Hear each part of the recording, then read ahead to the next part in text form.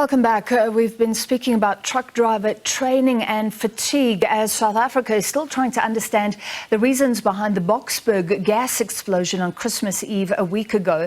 In the morning, a gas tanker that had come from the Free State got stuck under a bridge. The vehicle released a release valve caught on the bridge and a fire started.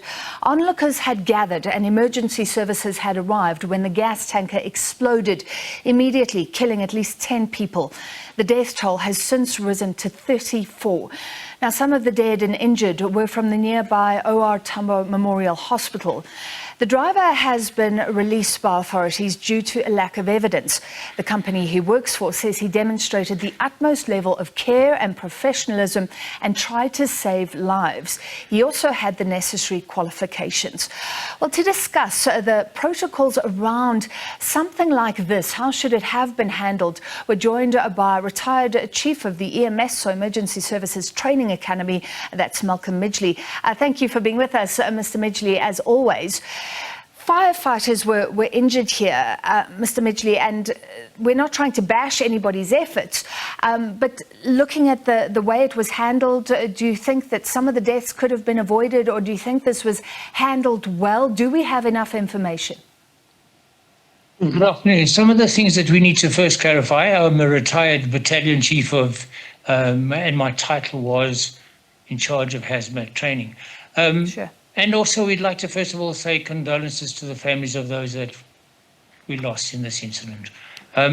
It was difficult to say how it was handled because I obviously wasn't on scene, but there are certain protocols that have to be followed.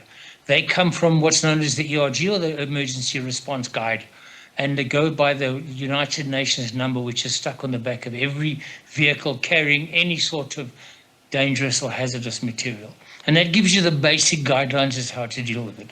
And your basic thing should be about 800 meters for a start. We always used to say you need to look at it through binoculars or use what we cheekily called rule of thumb. If you can see it behind your thumb, you're too close. So initial response teams should have ensured a cordoned area of at least 800 to 1600 meters and evacuate everything that's close to that proximity.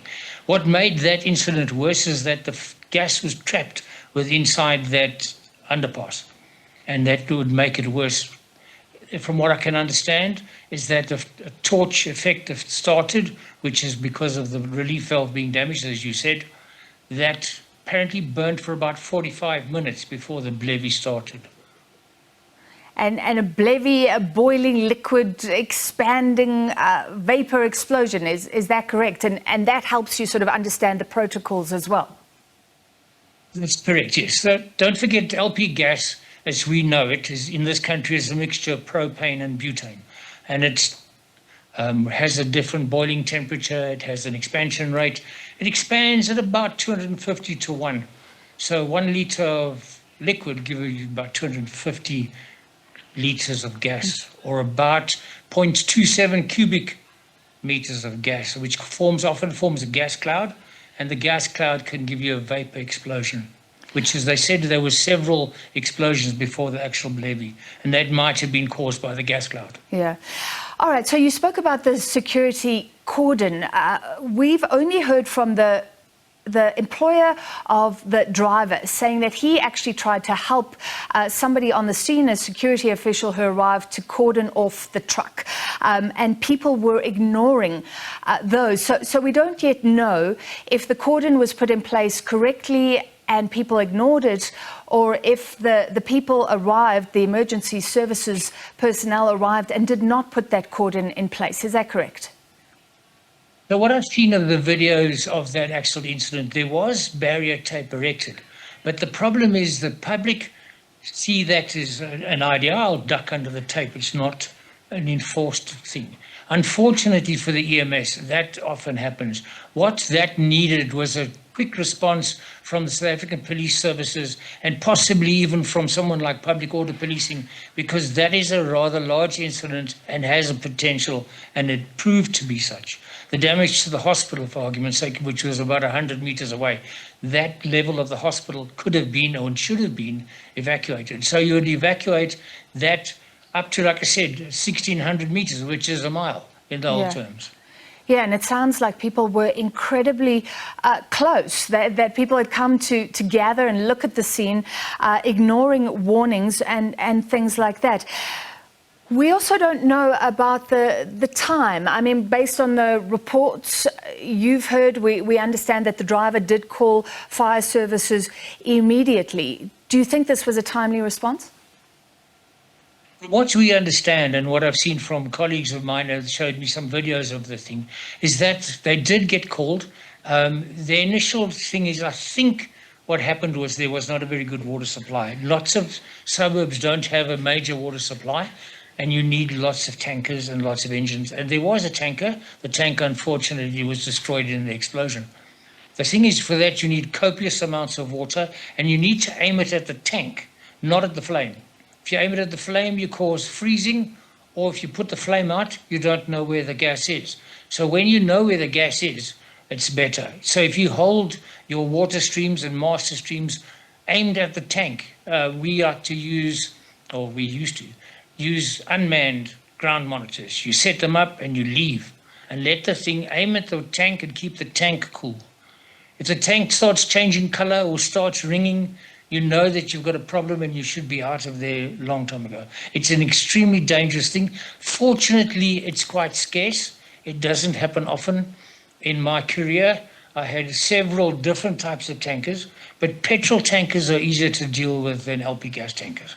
LP gas tankers explode, petrol tankers tend to melt. So they're much easier to deal with. What do you think the state of training is? Obviously, you've left service, but when you were there and from what you've heard, how good is the training for these specific situations when there's a highly explodable gas in play? So the basic training that's done by all the fire services is they do what's called hazmat awareness, hazmat operations, and hazmat technician. I trained technicians. That was my function. But hazmat awareness gives every single firefighter within the service an insight into what could happen. That's how they cover all those type of incidents.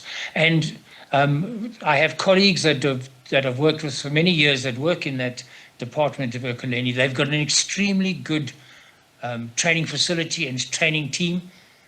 Sometimes what happens with those sort of incidents, you get to an incident and it develops quicker than what you think. Although there was talk that the flame was there for about 40 minutes, who was timing it to say that it was that long?